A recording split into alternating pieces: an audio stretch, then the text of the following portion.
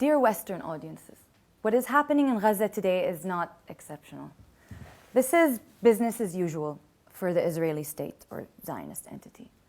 Why have you begun to see the truth now, you might ask yourself? Has it taken you by surprise?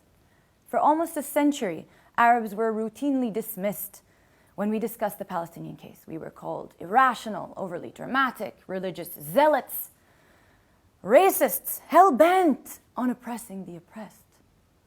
It is only the explosion of activism on social media, specifically Black Lives Matter, that has pierced through this empire of lies perpetuated by the Zionist organizations and the state of Israel itself.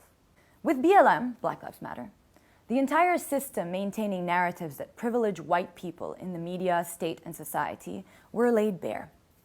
We started to use a vocabulary meant to reframe and dismantle this hegemony of white narratives. And when you put words to things, you start to see them. Now, this exact vocabulary was applied to what was done to the Palestinians.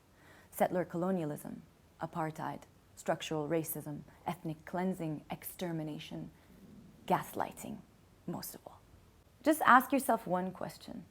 Why is it all of the historically oppressed minorities? Why is it the minorities fighting for the Palestinian cause? What do they understand about the oppressor and his methods that you don't? You grew up in a world which privileges white narratives. Think of why you don't think of the Holocaust of the Roma and Sinti as equal to that of the Ashkenazi Jews. Think of why you don't think of the Holocaust of the Congolese, 10 to 15 million killed under the Belgian King Leopold, as equal to the Holocaust of the Ashkenazi Jews. I'll tell you why. It's because you grew up in a world which privileges white narratives. Not only that, but those who engineered the Zionist project weaponized that.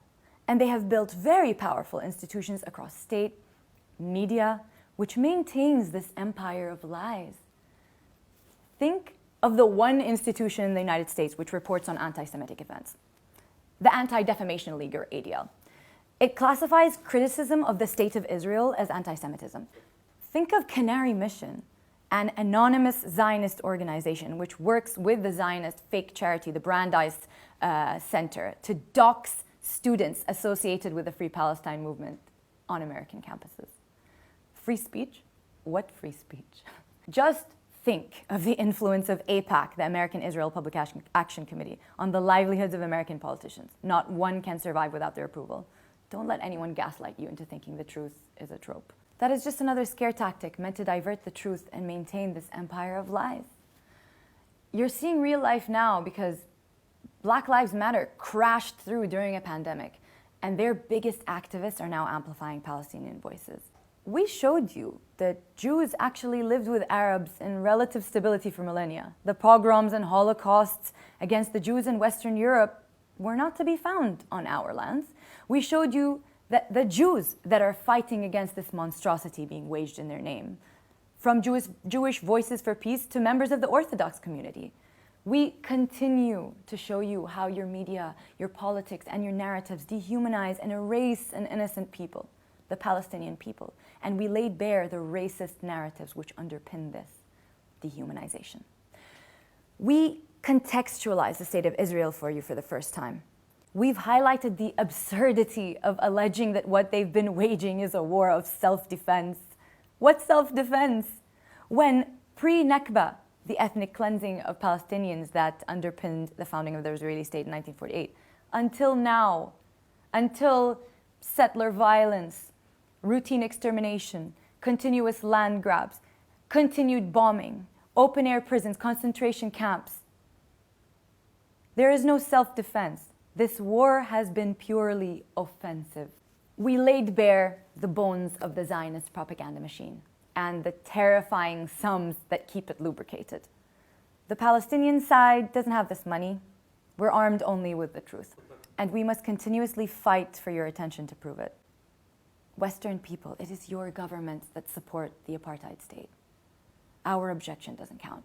It is the imperialists of the West who maintain the imperialism in the Middle East until today.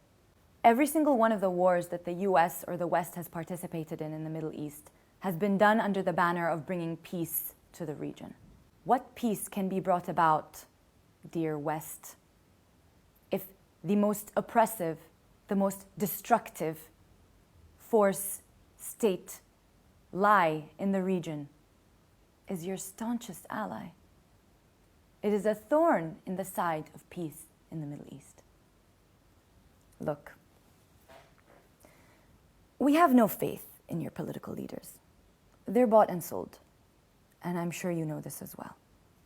We depend only on you and your democratic societies to use that tool of democracy to kick them out and show them that your money, your efforts will not buy dead children any longer.